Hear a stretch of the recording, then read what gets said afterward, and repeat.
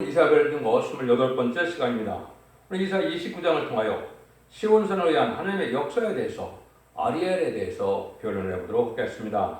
본장은 28장과 같이 말씀에 가감, 혼선, 탈선된 자들을 심판할 때 하나님의 역사는 다윗 왕국의 건설은 어떤 자들에게 하나님께서 함께 하심으로 승리하게 하신다. 하나님께 함께하는 시온의 무리를 통하여 다윗 왕국을 건설하신다는 것인데요. 그럼 어떤 자들이 시온의 무리가 돼서 다윗 왕국의 건설을 하는데 쓰임받은 종들이 되느냐, 이것을 이 말씀을 통하여 볼 수가 있습니다. 세시대를 이루는 역사를 말씀하신 것이고, 이것은 천년 진앙 평화 왕국을 이루는 일을 인간들이 하실 것을 또한 말씀하신 것이다, 이렇게 볼 수 있습니다. 1절에서 4절입니다. 슬프다 아리엘이여 아리엘이여, 다윗의 진진 성읍이여, 연분연 절기가 도래오려니와 내가 필경도 아리엘을 괴롭게 하리니 내가 슬퍼하고 애곡하여 내게 아리엘과 같이 되리라. 내가 너를 사면으로 둘러 진을 치며 군대로 너를 에우며 대를 쌓아 너를 치리니 네가 낮아져서 땅에서 말하며 네 말소리가 낮게 티끌에서 날 것이라. 네 목소리가 신잡한 자의 목소리같이 땅에서 나며 네 말소리가 티끌에서 짓거리리라. 새시대에 이루는 하나님의 역사는 이렇게 미약한 당신의 종을 아주 미약하게 하고 미약한 상태에서 하나님께서 그들을 들러쓴다, 이 말씀인데요.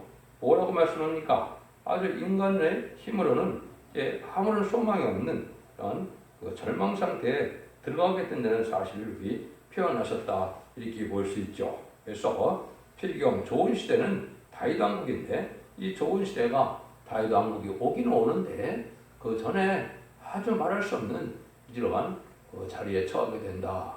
여기서 낮게 되고 겸손하게 하시는 하나님의 역사를 우리가 볼 수가 있는데, 필경은 그런데 다윗 왕국은 세계를 통하여 연분연 절기가 들어온다. 이것은 아주 해마다 신나는 해가 시작될 것을 말씀하는 것이죠.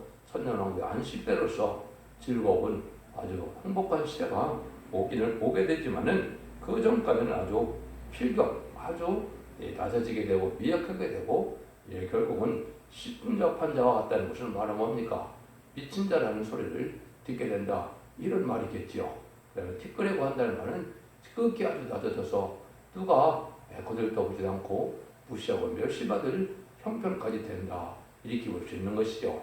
근데 구태여서 아리엘이여 아리엘이여 이렇게 지금 말씀을 하시죠. 그래서 아리엘은 하나님의 사자라는 뜻이지만은 이것은 어찌할 수 없는 예루살렘의 형편에 있는 그 예루살렘을 이제 말씀하신 것으로서 하나님께서 함께하는 시온의 무리, 옛날에는 다윗이 하나님만 합한 자가 돼서 다윗이 있는 곳이 시온산이 되고 다윗이 시온의 무리가 되었죠.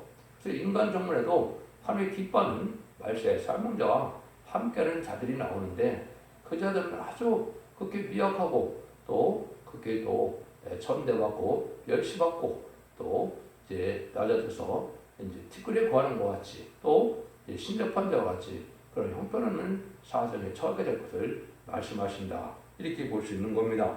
이것이 하나님이 하시는 방법이다, 이 말이죠. 마귀의 세력은 큰 잘나고 훌륭한 큰 단체 이런 걸 통해서 역사를 하겠지만, 하나님께서는 미약하고 부족한 아주 열심한 이런 자들을 통하여 하나님 함께함으로 승리하게 해서 하나님의 영광을 나타나게 한다, 이렇게 볼 수 있는 것이죠.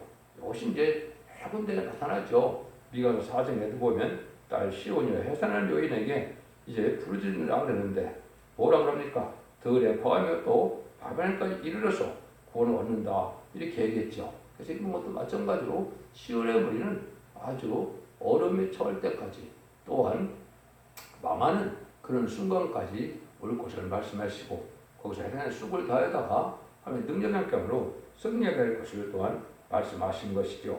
이런 일들이 이제 시편 113편 7절에도 가난한 자를 진태가 일으키시며 궁핍한 자를 거른 부득에서 드신다 이렇게 드셔서 이런 얘기를 하는데 이것은 아주 낮은 자리에 처했던 이 일을 이제 그 낮은 자리에 처했던 자들에게 응답이 내린다 이 말이죠. 그것은 엘리야도 그런 길을 한 것이고 참으로 모든 하나님의 귀 쓰임 받는 자들은 이렇게 아주 미약하고 낮아진 자리에 갔다 쓰임 받는 것을 우리에게 알려준다 이렇게 볼 수 있는 것이죠. 5절입니다. 그럴지라도 네 대적의 무리는 세미한 태클을 받겠고 강포한 자의 무리는 불려가는 겨 같으리니 그 일이 경각간에 갑자기 일 것이라. 그러나 무소불능한 하나님께서 함께함으로 강한 대적들은 티끌같이 겨같이 순식간에 없어지게 된다 이 말이죠.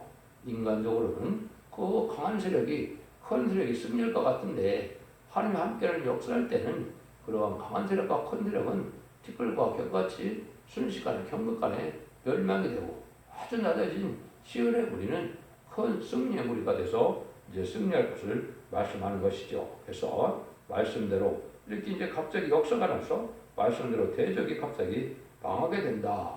그래서 이것은 하나님 하시는 방법이고 모략적인 방법이다. 하나님께서는 진리의 말씀대로 성경 본문대로 역사는 진심과 하나님의 신이기 때문에 진리의 말씀대로 된 데는 사실 믿고 따라가 신앙의 정도를 찾을 수 있는 것이 되겠죠. 6절에서 8절입니다. 만군의 여호와께서 병력과 지진과 큰 소리로 해리바람과 폭풍과 맹렬한 불꽃으로 그들을 징벌할 것인즉 아리엘을 치는 열방의 불이 곧 아리엘과 그 보정을 쳐서 공격해 하는 모든 자는 꿈같이 밤에 환상같이 되리니 줄인 자가 꿈에 먹었을지라도 깨면 그 속은 여전히 먹고 비고 목마른 자가 꿈에 마셨을지라도 깨면 곤비하며 그 속에 갈증이 있는 것 같이 시온산을 치는 10명의 무리가 그와 같으리로다. 하늘의 진노라는 것은 이렇게 혁혁한 지진과 강한 바람과 같은 아주 불꽃같이 대적을 치게 되는데 하나님을 대적하는 이 무리들은 티끌과 같이 다 망하게 된다 이 말이죠. 꿈꾸는 것처럼 꿈속에서 먹고 마셔봐야 소용이 없는 것처럼 이제는 다 강한 세력들은 잠시 강한 세력으로 역사를 하고 또 세력을 늘렸지만은 티끌같이 이렇게 망하는 때 심판 때는 아주 낮아져서 이제 아무 쓸모가 없는 또 망하고 마는 이런 형편이 되고 만다는 것이죠. 그래서 하나님의 방법은 바로 이런 방법으로 하나님의 시온의 무리는 낮아지는 이런 작은 무리를 통해서 미약한 물을 통해서 역사하시고 마귀의 세력은 아주 강하고 큰 세력으로 나타나지만은 하나님의 능력 역사가 임할 때는 그 강한 세력들은 티끌같이 꽁꽁같이 다 망하게 된다 이 말이죠. 그래서 이것은 시온의 무리가 앞으로 세움을 받고 능력을 받고 증인 권세를 받고 설정 권세를 말씀 권세를 받음으로 하나님의 강한 세력으로 그 이제는 세상의 강한 세력을 멸망시키는 일을 하게 된다 이렇게 말씀을 하신다고 볼 수가 있습니다. 9절에서 10절입니다. 너희는 놀라고 놀라라. 너희는 소경이 되고 소경이 되라.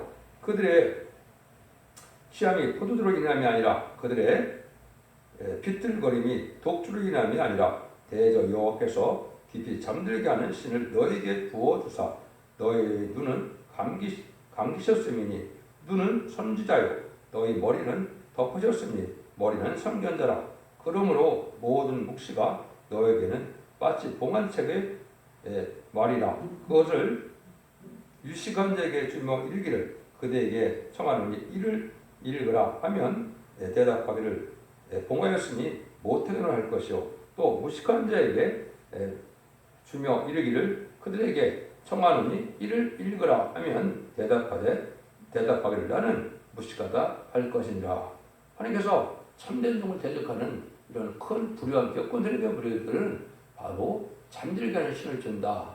선지자와 선견자라고 그랬는데 종교 지도자들이 다 이렇게 어리석어서 이제 장님과 같이 속인과 같이 보지도 못하고 듣지도 못하는 이런 어리석은 자가 돼서 멸망을 당할 무리가 된다 이 말이죠. 그래서 여러분들이 참된 종을 대적하는 자들은 하나님께서 이렇게 감기게 하는 이러한 역사로서 또 듣지 못하는 역사로서 깨닫지 못하는 역사로서 어리석은 자들이 돼서 깨닫지 못한다 이 말입니다. 그래서 목회자들에게는 보관책이라 모른다 이렇게 대답하고 또 이제 일반 성도들에게는 난 무식해서 모른다 이렇게 대답한다 이 말이죠. 이거는 지적인 비밀인 죽지 않고 셋이라고 주장한 별성자는 말세 봄의 비밀 영원한 복음 아름다운 소식 이런 복음을 마지막으로 전할 때 이런 일이 이루어진다 이 말입니다. 그래서 예수 믿고 충성받아 천국 가는 복음으로 지금은 구원을 이루었지만 환난과 재앙의 날에는 심판과 환난 때는 이렇게 영혼까지 멸망할 때가 오는데 이때는 그 비밀을 알지 못함으로 참된 복음에 시온의 무리가 되지 못하게 될 것을 말씀하셨다 이렇게 볼 수 있는 겁니다. 그래서 세상적으로는 신학대학교 교수나 또 아는 박사나 이런 사람들이 잘할 것 같지만은 성경적으로는 그런 데는 눈만 자요 이제 보지 못하고 이런 어리석은 자가 된다는 것을 여기 말씀하신 겁니다.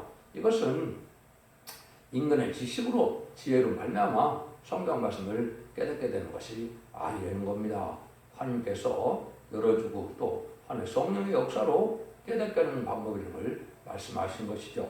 근데 이것이 이제 이사야 42장과 이제 이사야 또 56장에 보면 이렇게 되는 이유가 있지요. 하나님께서는 예수 믿고 충성받아 천국 가는 그 복음이 전해지고 난 다음에는 죽지 않고 섹시하고 주경의 별성자는 말세봄에 아름다운 식을 전할 때 이것을 안 받으므로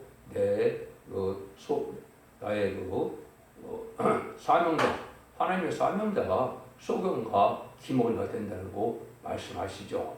마지막 때 심판의 환란이 임박할 때 들여진 중이라서 멸망을 하는 환란이 올 때는 뭐라 그럽니까? 소금과 기머리가 될 뿐더러 덩어리게 짓지 못하는 게 월박과 목자 이렇게 표현하시죠. 때를 분별하지 못하고 결국은 진리의 심판에 대한 뜻을 받아들이지 않으므로 이제 자기 욕심만 채우고 이만 도모하다가 멸망할 수밖에 없는 것을 짓지 못하는 개라. 때를 분별하지 못하니까 신앙 준비를 하지 못하고 신부단장을 시키지 못하는 이런 목회자 형편을 말씀하신 것이다. 이렇게 볼 수가 있습니다. 그래서 모든 구약의 성경에 보면 이사야 66장 3절 4절에도 진리 앞에 순종하지 않는 자들이 제사 드리는 것은 하나님의 받아들일 만한 제사가 아니고 뭐라고까지 말씀합니까? 수로 잡아 드리는 것은 살이랑과 다름이 없고 또 어린 양으로 제사 드리는 것은 개의 목을 꺾음과 다름이 없다. 이렇게 얘기하시죠. 이것은 진리 앞에 순종하는 것이 없이 형식적인 예배 행위로는 아무 소용이 없고 받으실 만한 예배가 되지 못된다는 것이죠. 또 미가서 3장에 보면 이제는 종교적인 지도자들이 바로 양을 잡아서 냄비에 삶아 먹을 정도로 이제는 양을 이용해서 자기가 유익나 명예나 이런 것을 탐하는 자들은 소금과 기머리가 돼서 또 어두워져서 아무것도 분별하지 못하게 하신다. 이렇게 말씀하시죠. 그러니까 이 시대는 참된 종의 무리라는 것은 바로 이야기하지만 정직하고 깨끗하게 구별된 삶 속에서 하늘 바라보는 신앙을 살게 되는데 불의한 객관서는 호의무식하고 자기 의심과 명예와 체면을 유지하는 이런 신앙생활을 해서 자기 이만도에다가 하나님의 버림받는다. 이것을 지금 말씀하신다 볼 수 있는 겁니다. 13절에서 14절입니다. 주께서 가라사대 이 백성이 입으로는 나를 가까이 하며 입술로는 나를 존경하나 그 마음은 내게서 멀리 떠났나니 그들은 나를 경외함은 사람의 계명으로 가르침을 받았을 뿐이라. 그러므로 내가 이 백성 중에 기이한 일, 곧 기이하고 가장 기이한 일을 다 행하리니 그들의 중에 지혜자의 지혜가 없어지고 명철자의 총명이 가리워지리라. 이렇게 말씀하시죠. 그래서 이것은 하나님의 말씀을 인간의 사람의 계명으로 가르친다 이 말이죠. 가장 싫어하는 설교가 바로 그렇다 이 말입니다. 하나님의 말씀을 읽어놓고는 철학적이고 문학적이고 이제 세상 인문학적으로 학문적으로 인간의 계명으로 가르치는 설교는 하나님 가장 싫어하는 설교인데 또 세상 아는 양떼들은 그런 설교를 좋아하고 유식한 설교를 좋아한다 이렇게 생각하고 있죠. 근데 하나님을 섬기는 방법이 아니라는 것이죠.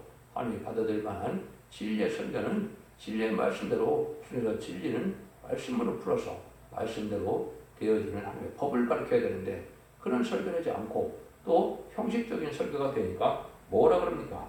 입으로는 나를 존경한다. 또 입술로는 하나님을 존경하지만 마음은 하나님의 마음과는 멀어진 상태다. 이렇게 얘기했죠. 이것이 일식적이고 형식적인 지금 종교생활을 하는 많은 기독교인이나 땅에 소망을 둔 들포도 기독교인이나 불의한 교권 세력들은 하나님 눈에는 이렇게 보이는 겁니다.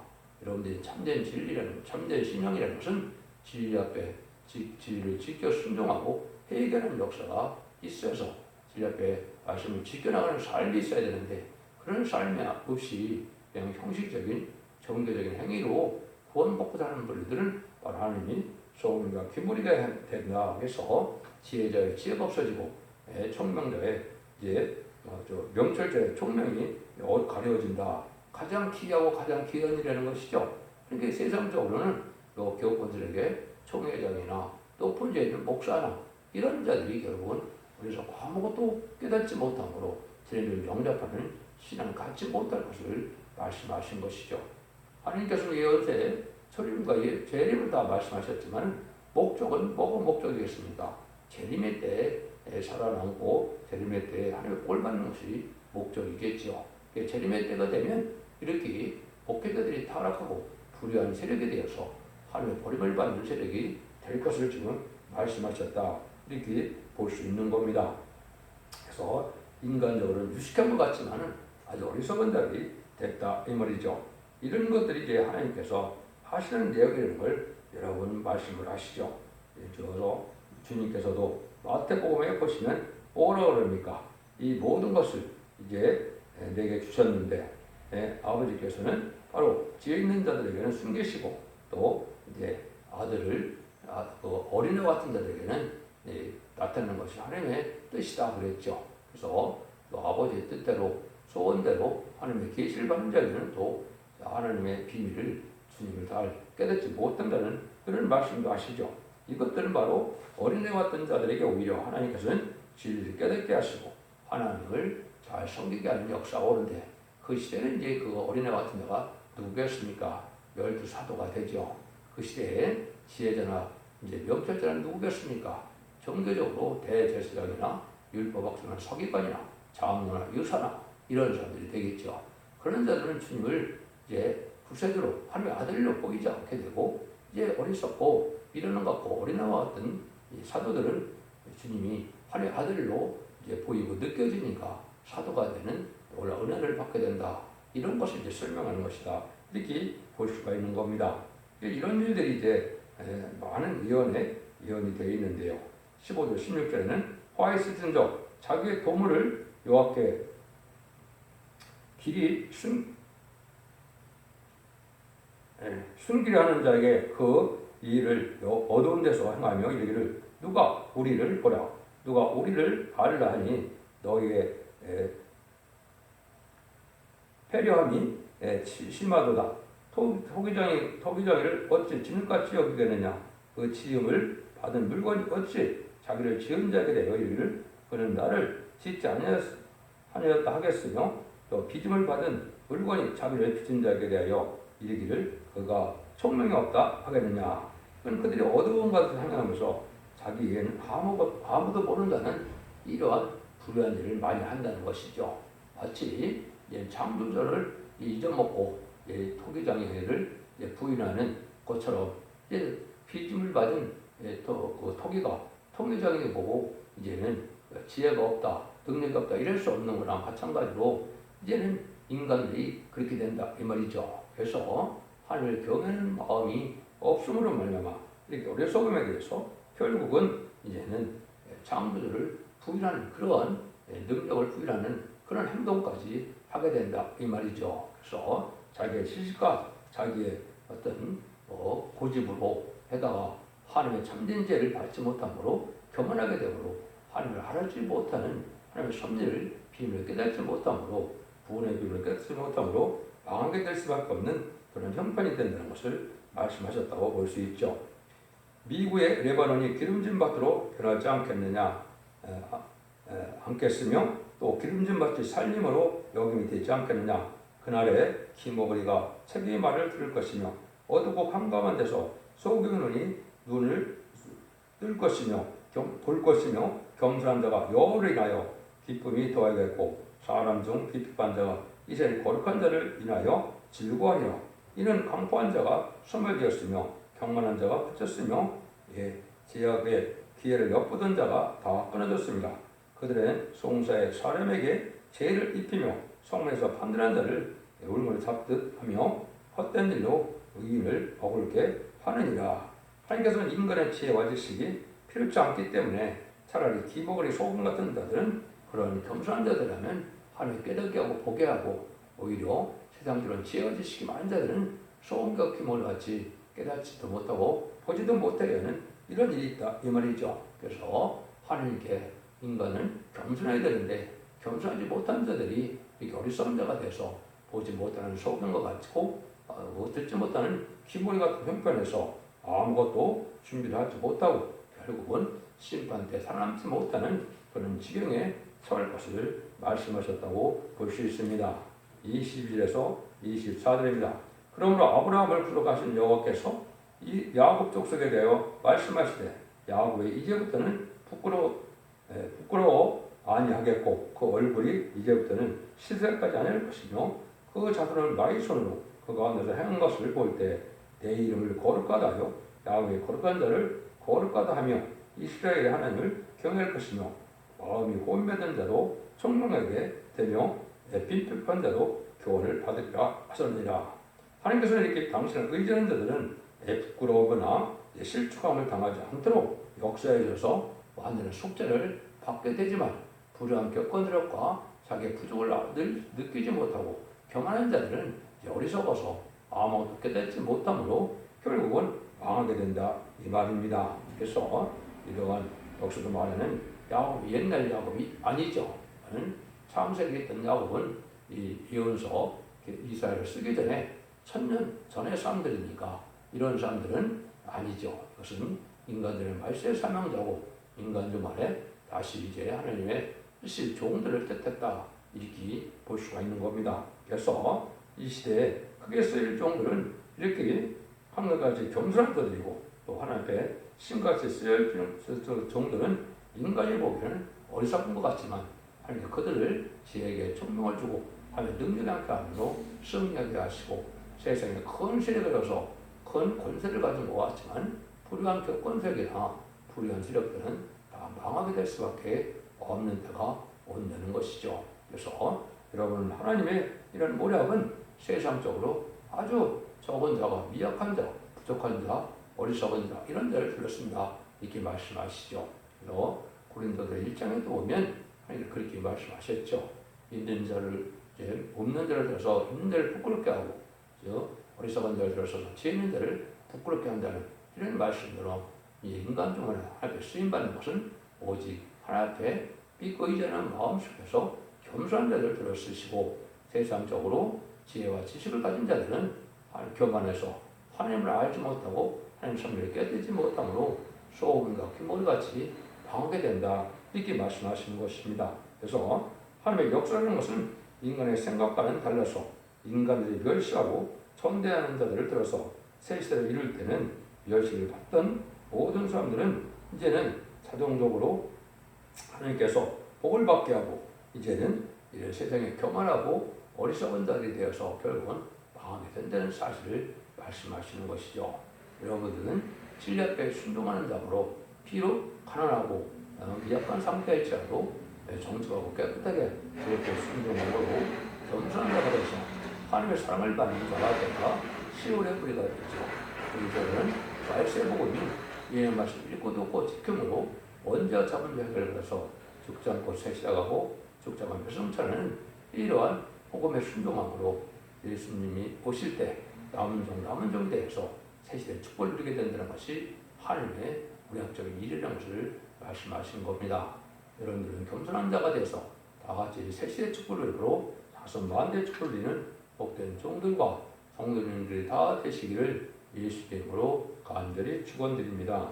아멘.